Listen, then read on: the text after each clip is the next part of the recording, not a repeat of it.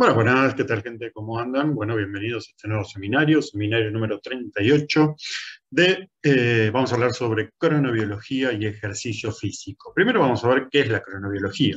La cronobiología es la rama de la ciencia que estudia los ritmos o ciclos biológicos de los seres vivos asociados a un determinado periodo de tiempo. ¿Sí? Tenemos periodos de tiempo cortos, como por ejemplo las 24 horas, o periodos de tiempo más largos. ¿Sí? Nosotros vamos a averiguar básicamente, o vamos a hablar básicamente sobre los ritmos más cortos, 24 horas, o ritmos circadianos. ¿Sí? Ahora bien, todas las funciones fisiológicas que nosotros contamos en el día a día, a lo largo de estos 24 horas, están relacionadas con dos elementos principales. Uno que es el proceso de la homeostasis, ¿sí? Mantenimiento del equilibrio del medio interno, principalmente por el líquido extracelular. Y aparte tenemos los ritmos biológicos, que naturalmente cuentan dentro de nuestro organismo. Ahora bien, ¿qué sería un ritmo biológico? Bueno, el ritmo biológico es una variación fisiológica normal y oscilante, o sea que sube y baja a lo largo de un determinado periodo de tiempo. ¿Sí? Esos periodos de tiempo se los suele dividir en ultradiano, infradiano y circadiano. El ultradiano es menos de 24 horas, infradiano más de 24 horas, y el circadiano, que es lo que a nosotros más nos va a interesar en la clase de hoy, es el periodo de 24 horas. Obviamente ese periodo de 24 horas lo que va a modificar es funciones en función al sueño y vigilia del sujeto, principalmente por factor de la luz. Pero también regula las temperaturas del cuerpo, ya que la temperatura no es igual a lo largo de las 24 horas, y también los requerimientos energéticos, la disponibilidad de sustratos energéticos en el cuerpo, siendo todos estos factores fundamentales a la hora de realizar ejercicio físico. Y para regular todo eso, y para regular en función al tiempo, nosotros necesitamos un reloj. Y tenemos un reloj interno, el típico reloj biológico, lo que comúnmente se llama reloj biológico, reloj interno, que también está modulado por genes específicos, ¿sí? Y esos genes asociados al ADN son los que en parte sincronizan correctamente o llevan adelante todos los procesos de fisiología molecular asociados a las células y a la regulación en función a esos biológicos, que están regulados básicamente por la luz solar, ¿sí? Que es el principal elemento que va variando a lo largo de las 24 horas y que puede poner una sincronización en nuestro organismo. Y que obviamente nosotros captamos la luz solar por medio de la retina. Y esa retina va a llevar información hacia los núcleos cerebrales que van a terminar generando una activación hormonal en las cuales van a ir regulando el resto de las funciones. ¿Sí? Eso sería una regulación del reloj básicamente central, que está asociado al sistema nervioso central. Pero también tenemos regulaciones desde el punto de vista periférico. Varios órganos, incluidos el músculo esquelético, que es probablemente lo que más hablemos nosotros, está relacionado con estos relojes o esta regulación biológica, circadiana, particularmente cada uno de ellos. ¿Sí? Y la forma con la cual genera la manifestación, este reloj biológico, puede ser en forma directa o en forma indirecta.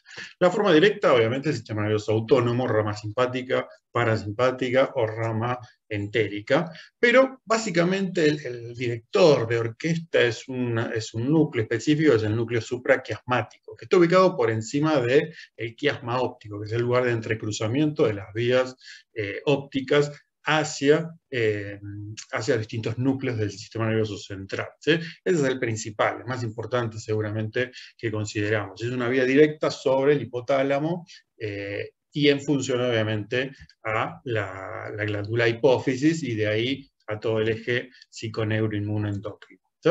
Y a su vez el otro sería de forma indirecta, o sea, de forma hormonal. Y tenemos dos ciclos principales, no son los únicos, pero son dos ciclos principales, que es el de la melatonina, secretada por la glándula pineal, que también está en el diencéfalo, y del cortisol, que está en la glándula suprarrenal. ¿Sí? Ambos elementos son fundamentales tanto sea para el sueño como para la vigilia. Y a su vez no pensemos solamente que están relacionados con estos elementos, sino también con la reparación celular, con la fusión, con la fisión mitocondrial, con la reparación celular, sobre todo la melatonina, con la disminución de los radicales libres, que hemos visto un seminario sobre eso, y el cortisol, como ya sabemos, sobre la adaptación muscular, sobre el catabolismo muscular, pero también sobre el metabolismo energético asociado a los elevados niveles de glucosa o al aumento de la glucemia, previo sobre todo al despertar. y el factor fótico, o sea, el factor de luz, es el elemento principal. ¿Sí? Entonces, fíjense cómo van modificándose los niveles, tanto sea de cortisol, de melatonina, como dos elementos principales, pero fíjense que también figura la hormona de crecimiento, la leptina, derivada de los adipocitos, es una adipoquina, y fíjense que también va fluctuando la temperatura. Entonces, no tenemos un solo elemento que modifica, sino que son varios. Ahora, estas variaciones, ¿se dan en todos los individuos iguales? Bueno, podemos decir que sí, y también podemos decir que no. ¿Qué significa eso? Que sí, porque todos tenemos ciclos circadianos, ¿no? Que no, ¿por qué? Porque cada uno tiene un cronotipo diferente. O sea, esos mismos ciclos están desplazados más hacia adelante o más hacia atrás, y que es particular de cada uno, ¿no? Y eso da el concepto de cronotipo, que es la expresión del ritmo circadiano en cada individuo. ¿Qué significa? Que nosotros tenemos secreciones diferentes de las distintas hormonas en función de las características particulares de cada uno. Entonces podemos definir un cronotipo matutino, un cronotipo vespertino y un cronotipo intermedio o mixto, ¿sí? Y en función a las características de cada uno de esos cronotipos, es donde más tenemos tendencia a mejorar o tener un mejor rendimiento, tanto sea académico como deportivo, ¿sí? Fíjense que las calificaciones, en un trabajo presentado por Vitale, en las calificaciones al esfuerzo físico percibido y las puntuaciones de la fatiga que el sujeto consideraba que estaba teniendo en función de una competencia, surgieron que estaban definidas por ese cronotipo, que los cronotipos matutinos perciben menos esfuerzo cuando realizan una actividad física submáxima a la mañana en comparación a hacerlo a la noche. Y a su vez, los matutinos generalmente muestran mejores rendimientos deportivos por la mañana, medidos por, en este caso, en el trabajo de investigación que hizo, los tiempos de carrera, que los otros cronotipos, por ejemplo, los mixtos o los vespertinos. Entonces, las investigaciones, en definitiva, destacan que a quienes les gusta levantarse temprano, o sea, un cronotipo matutino, alcanzan su punto óptimo de entrenamiento o de rendimiento cognitivo al mediodía, mientras que para la gente que le cuesta irse a la cama, su rendimiento es mejor para la noche. O sea que ya lo que te está marcando es una alta individualidad del trabajo.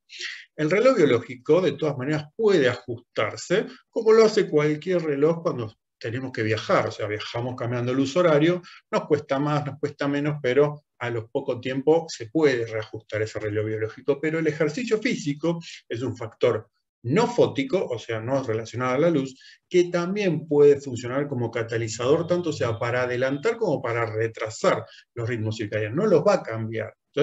No es que va a hacer que no se segregue melatonina ni se segregue cortisol.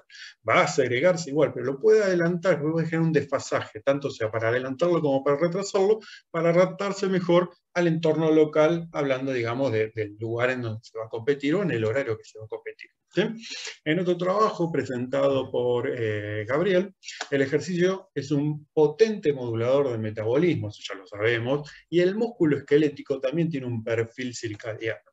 En los seres humanos, la función mitocondrial alcanza su punto máximo al final de la tarde, y el reloj circadiano podría estar alterado en sujetos que tienen enfermedades metabólicas. ¿Sí? Acuérdense cuando hablamos de los problemas metabólicos y la disfunción mitocondrial, muy relacionado con las enfermedades metabólicas, obesidad, diabetes, etc. El músculo esquelético también tiene una extensa red de genes controlados por reloj, ¿sí? Acuérdense de hoy día que se estudia mucho la fisiología molecular, está muy relacionado con la expresión de genes para tener un fenotipo desde el punto de vista del entrenamiento, o sea, expresar el entrenamiento por medio de un fenotipo importante. Y la desregulación de ese reloj molecular va a tener consecuencias en el metabolismo, ¿sí? O sea que fíjense que también llega desde el punto de vista a las enfermedades asociadas. El ejercicio realizado de manera nocturna, ¿sí? Sobre todo 2 horas antes de ir a la cama, va a tener influencia en los niveles de melatonina, pero no tanto en el tema de la temperatura, o sea, no va a fluctuar mucho el tema de la temperatura corporal, en los ciclos de temperatura, pero sí puede fluctuar el tema de la melatonina. Y va a tener mayor tendencia que el sujeto que realiza ejercicio nocturno a tener fragmentaciones en el sueño, y ya hemos hablado del sueño y la implicancia que tiene en el proceso de recuperación del individuo. Va a ubicar el centro del sueño, o sea, el punto máximo donde el sujeto se recompone, más tirado hacia la madrugada. Entonces el sujeto se va a despertar más cansado, como que no terminó de descansar correctamente. Todo eso ya lo explicamos en el seminario de sueño. Incrementa los niveles de adrenalina previo al ejercicio, eso hace más difícil conciliar el sueño. Y disminuye los niveles de cortisol y tirotropina o produce un desfasaje de esos dos variables en función a los niveles normales. Sin embargo, esta característica podría ser útil para aquellos adultos mayores o personal que trabajan del turno noche, porque va a retrasarle, va a modificarle hacia atrás este ciclo circadiano normalmente, y eso va a permitir que tenga un mejor rendimiento posterior, digamos, al sueño. ¿Sí? En un metaanálisis realizado hace poquito, esto del 2019, se tomaron 11 estudios y se comparó el programa de fuerza, ¿sí? El entrenamiento de la fuerza en función a los niveles de hipertrofia que generaban y el aumento de la fuerza. Entonces vieron que era lo mismo, más o menos, entrenar a la mañana y entrenar a la noche. ¿Sí? O sea, no hubo diferencias significativas, no hubo mejorías en la hipertrofia entre la mañana y la noche, o sea, no hubo diferencias importantes, pero los valores absolutos, porque a veces los valores absolutos son un poquito diferentes, pero desde el punto de vista estadístico no hay diferencias significativas en el promedio, los valores absolutos se estuvieron más altos en los niveles de entrenamiento hacia la noche. ¿Sí?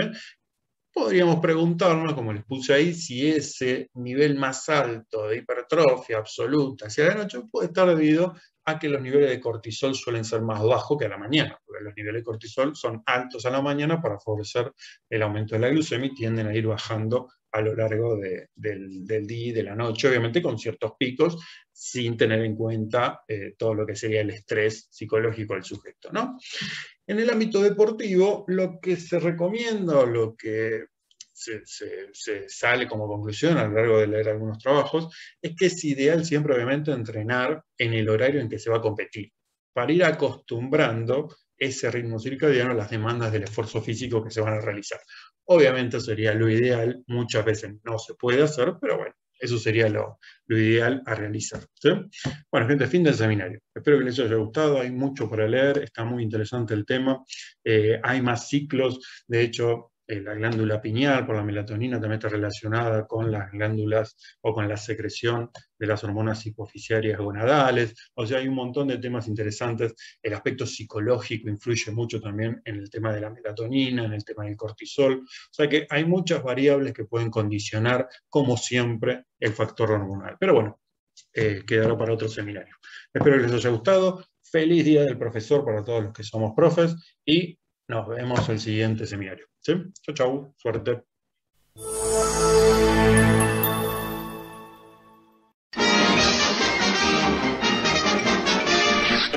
Eso es todo, amigos.